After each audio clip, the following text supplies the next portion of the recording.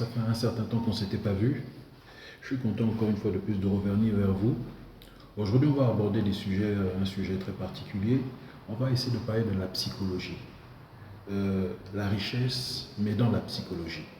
Parce que être riche, c'est une bonne chose, mais comprendre comment la psychologie peut intervenir dans la richesse pour pouvoir la maintenir, pour pouvoir la développer, pour pouvoir l'entretenir, je pense que c'est très important.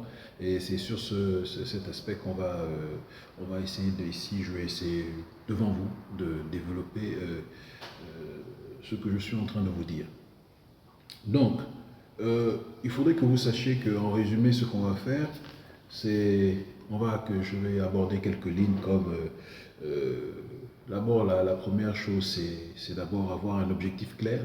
Il faut avoir un objectif clair dans la vie, il faut faire un plan, il faut le suivre et il faut partir du principe que ce plan, il faut faire des ajustements. Ce plan, on peut l'ajuster, c'est une possibilité.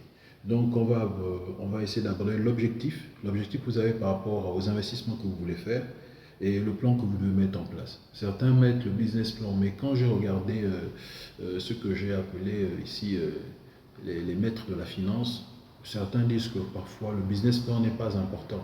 Ce n'est pas ça le plus important.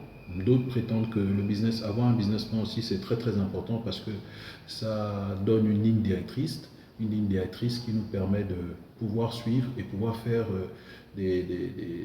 appliquer un programme par des actions qui sont des actions commerciales, par des actions comment je pourrais dire ça, de marketing, pour des programmes d'incitation pour permettre aux clients de venir vers vous. Donc d'autres pensent que c'est très important. Alors, concernant la psychologie, il faut que vous compreniez que quand on débute dans l'entrepreneuriat, toutes les conditions ne sont pas nécessairement réunies parce que justement vous débutez. Et certaines personnes, pour débuter l'entrepreneuriat, pensent qu'il faut à tout prix avoir toutes les conditions, il faut avoir la perfection. Mais moi je vous donne un scoop, c'est que la perfection n'est pas de ce monde. Mais on peut s'améliorer et on peut devenir de plus en plus excellent. Ça aussi c'est possible. Donc, il faut commencer par chercher à s'entourer de personnes qui sont positives. C'est-à-dire que parfois dans les familles que nous avons, parce que si vous avez des familles qui sont je dirais, les familles qui sont très protectrices, lorsque vous allez vers l'entrepreneuriat, ça peut générer de la peur, ça peut générer de la crainte parce que on a peur que vous ayez des dettes, ce genre de choses, et donc les gens vont vous privilégier, vont vous dire bon écoute, non, je préfère que toi tu fasses le salariat, il y a moins de risques, hein, il y a moins de risques, à la fin tu as ton salaire, peut-être qu'il y a le risque que tu puisses perdre ton emploi, mais si tu es compétent, tu pourras retrouver du travail ailleurs. Donc il y a cet élément-là. Donc il faut que vous puissiez les écouter, parce que ce qu'ils font, c'est quelque chose d'important dans le sens où ils sont intéressés par vous, par votre vie. Et bon, tout le monde n'est pas souvent intéressé par la vie. Lorsque vous avez un parent qui est intéressé par votre vie, je pense que bon, il faut quand même l'écouter, c'est important. Mais vous devez essayer de vous protéger de sa négativité ou de sa peur. Parce que pour ceux qui se rappellent, dans les précédentes capsules, j'ai parlé des 6 peurs qui empêchent qui a empêché quelqu'un de pouvoir entreprendre. Allez revoir la vidéo, vous allez vous rendre compte que c'est très important. Il faut quand même se protéger de cette négativité. C'est capital de se protéger de cette négativité parce que ça va vous empêcher d'entreprendre librement. Et il faut que vous puissiez entreprendre librement, c'est très important. Parce que ça peut réduire votre volonté à persévérer. Parce que entreprendre, comme je le rappelle souvent, ce n'est pas synonyme de réussite absolue. On peut entreprendre et avoir un échec.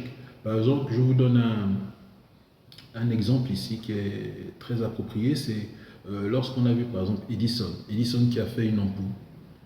Mais pour ceux qui suivent la vie d'Edison, mais ce n'est pas la première tentative qu'il a réussi. Edison a eu des difficultés, il a eu de très très grandes difficultés. Il dit que c'est peut-être à la 3500e fois qu'il a pu enfin faire une ampoule. Alors imaginez, peut-être j'exagère, mais imaginez s'il avait abandonné. D'autres me diront, bah non, c'est pas grave, il y a sûrement quelqu'un qui aurait pris le relais.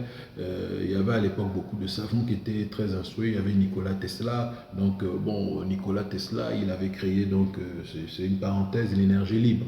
Donc, bon, Edison, bon, il y avait d'autres qui auraient pu le faire. Mais imaginez s'il avait abandonné. Mais s'il avait abandonné, on serait encore au temps de l'huile de baleine. Mais il n'a pas abandonné, il a persévéré. Et ça, je pense que c'est la persévérance et la détermination est importante. Donc il faut avoir le soutien, essayer d'avoir le soutien des gens qui partagent vos valeurs, essayer d'avoir le soutien de personnes qui sont optimistes, qui sont positives. Ça aussi, c'est important.